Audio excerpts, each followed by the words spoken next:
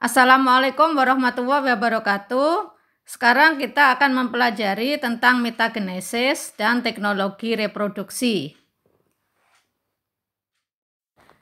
Berikutnya adalah metagenesis pada tumbuhan.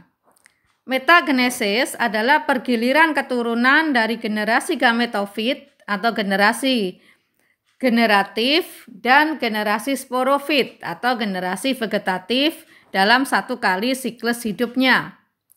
Terjadi pada tumbuhan paku dan tumbuhan lumut. Organ reproduksi jantan disebut anteredium, akan menghasilkan sel spermatozoa, dan betina disebut archegonium, nanti akan menghasilkan sel ovum. Tumbuhan paku tidak memiliki bunga, dapat berkembang biak secara vegetatif juga secara generatif, berakar serabut, dan memiliki berkas pengangkut. Spora terletak di dalam sporangium. Kumpulan dari sporangium disebut dengan sorus yang terletak di bagian tepi bawah daun. Metagenesis pada tumbuhan paku. Spora pada tumbuhan paku akan tumbuh menjadi protalium. Protalium nanti akan menghasilkan anteredium dan archegonium, sehingga protalium disebut sebagai generasi gametofit karena akan menghasilkan sel gamet. Sedangkan generasi sporofitnya adalah tumbuhan paku, karena tumbuhan paku menghasilkan spora, maka dikatakan sebagai generasi sporofit. Tumbuhan lumut berkembang biak secara vegetatif juga secara generatif. Mempunyai perakaran yang disebut sebagai rizoid, tidak memiliki berkas pengangkut. Metagenesis tumbuhan lumut, spora akan tumbuh menjadi protonema, kemudian protonema akan menjadi tumbuhan lumut. Nah, tumbuhan lumut menghasilkan anteredium dan archegonium.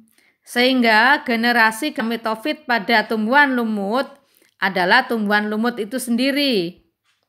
Sedangkan generasi sporofitnya adalah sporogonium, karena sporogonium menghasilkan spora. Untuk berikutnya adalah teknologi reproduksi tumbuhan. Yang pertama, hidroponik adalah cara bercocok tanam dengan menggunakan larutan nutrisi dan mineral yang ada di dalam air tanpa tanah. Contohnya pada tomat, selada, dan paprika. Yang kedua adalah aeroponik.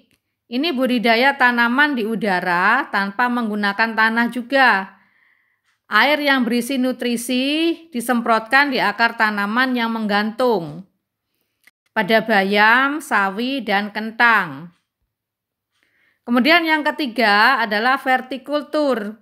Ini budidaya tanaman dengan membuat instalasi bertingkat atau vertikal untuk menambah jumlah tanaman. Sangat cocok untuk daerah perkotaan yang memiliki lahan terbatas atau yang sempit. Bisa diperlakukan pada tanaman bayam, kangkung, ataupun sawi. Yang terakhir adalah kultur jaringan.